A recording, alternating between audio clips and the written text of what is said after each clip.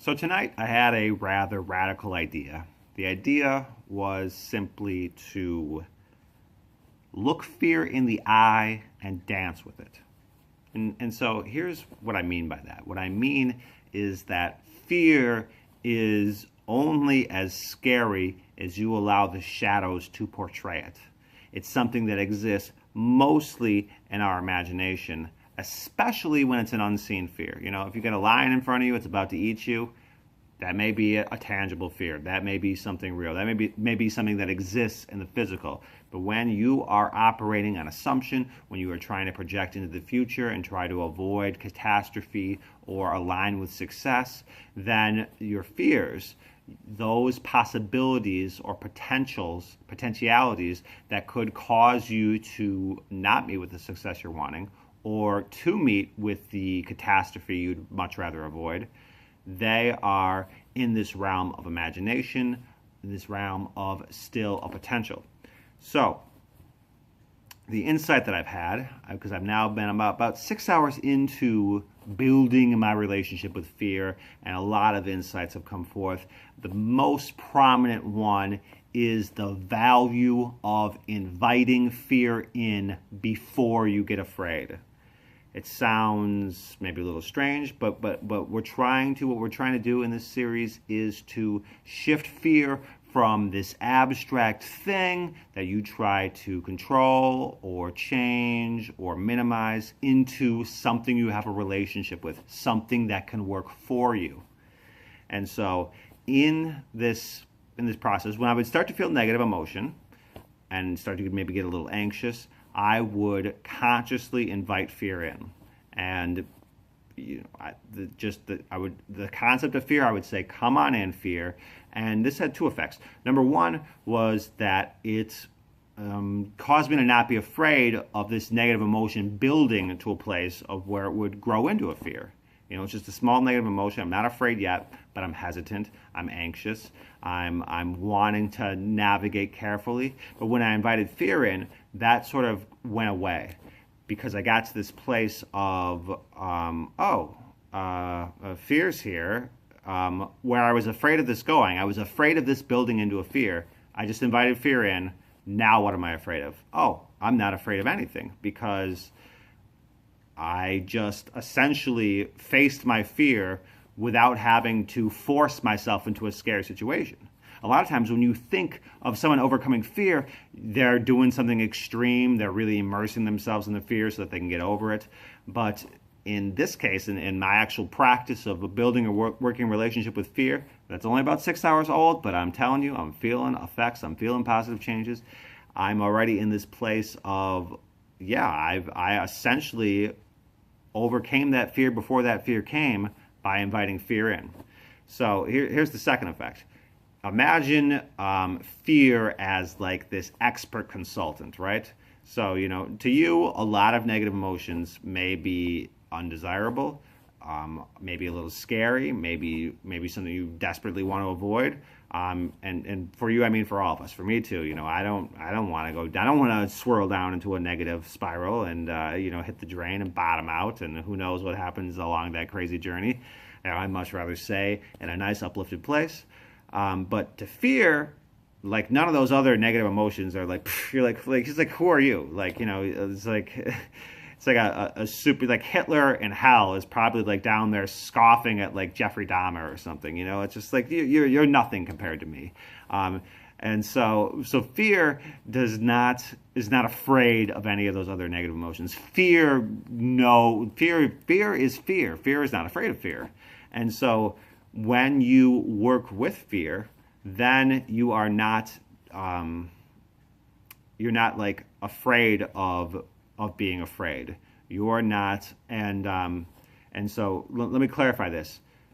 Those irrational fears, the things that you are afraid of, even though you logically know you shouldn't be, even though you know nothing real is at risk, but you still feel real fear, those irrational fears have power because you are not challenging them. They're growing unchecked. You are essentially afraid of fear, and then so you don't even have the heart or the gall to go in there and see if what's scary is actually scary. You just stay hid enough in the other room. And so what inviting fear in does is essentially you have that expert who knows fear like the back of his hand, because he is fear, or she's fear, whatever sex you want to apply to your fear. That fear can then like just be like, oh, I'm fear. That's not scary. That's nothing to be afraid of. And so what I've discovered through this process, just by inviting fear in, I end my experience of fear before it happens. And this, let me explain to you why this makes sense. Imagine you're in a relationship with someone, and the only time you interact with that person is when they're in total control. Well, that would be a very one-sided relationship where they have all the power and you are always sort of cowering, or you're underhanded. You're doing whatever you can from a non-place of power to try and cut out your little patch of freedom, or your little patch of hopefully getting some of what you're wanting. Now, that relationship that I just described, that sounds incredibly toxic, is exactly the relationship that almost everyone, including me, has had with fear.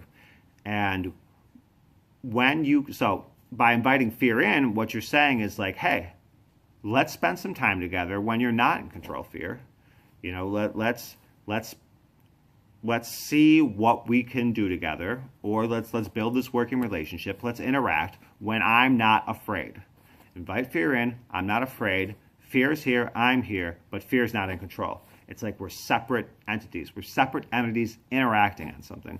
And by doing that, it just drastically gives you more leverage. I feel, in my short practice of it, just about 6 hours worth, I feel like negative emotion no longer has power over me, because I am essentially, talking with the worst place that negative emotion go. One of the worst places, fear, and working with it to approach that negative emotion more intelligently.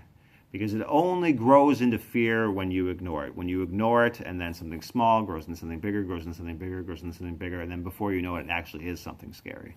But when you work with it, when it's a tiny little baby problem, when it's a tiny little baby negative emotion, then you can redirect that energy and focus yourself in a more positive way, focus yourself towards the solution rather than towards the problem, and often sidestep that before it even, I mean, how many times have you experienced you're worried about something, can't figure out a way to solve it, and you're just like putting all this energy towards it, and you feel like crap, and then you discover somewhere down the line that everything you were worried about was nothing to worry about. You were operating on some sort of assumption that didn't turn out to be true, or you were trying to solve something when there was an alternative solution that was already in place. So you're basically like trying to resurrect an obsolete idea or an obsolete solution because a better solution had already presented itself, but you weren't aware of it yet. And so all that wasted energy is simply because you did not, take the time to redirect that energy towards the possibility that something better may be out there, or that something easier may unfold. And so if you believe something easier may unfold, then you can take a step back and be like, all right, let's just open ourselves up to that possibility of something easier. So let's just bring this all into a nice tidy bundle here. Inviting fear in before you're afraid allows you to have the opportunity to have a healthy relationship with fear, to actually maybe do something productive together instead of just being paralyzed by it or overcome by it. And it also essentially allows you to shift lesser negative emotions before they grow into a place of fear, because you are you have that presence of you.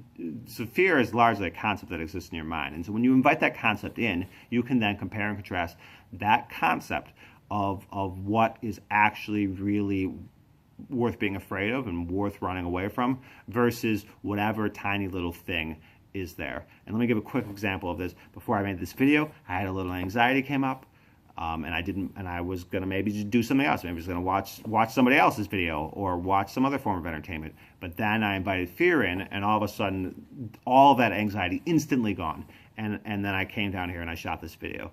And it was that easy. It was that easy as just saying, like, I understand that I'm anxious about this. So let's invite in the big bad devil, the big bad wolf, and let's see if this thing that I'm anxious about is actually a verified, genuine fear, or if it's just some irrational thing that I got kicking around because I had some unchecked story. All right, so that's today's episode. Hopefully there's going to be some more of these. I look forward to continuing my relationship with fear and putting forth some really good content. Peace.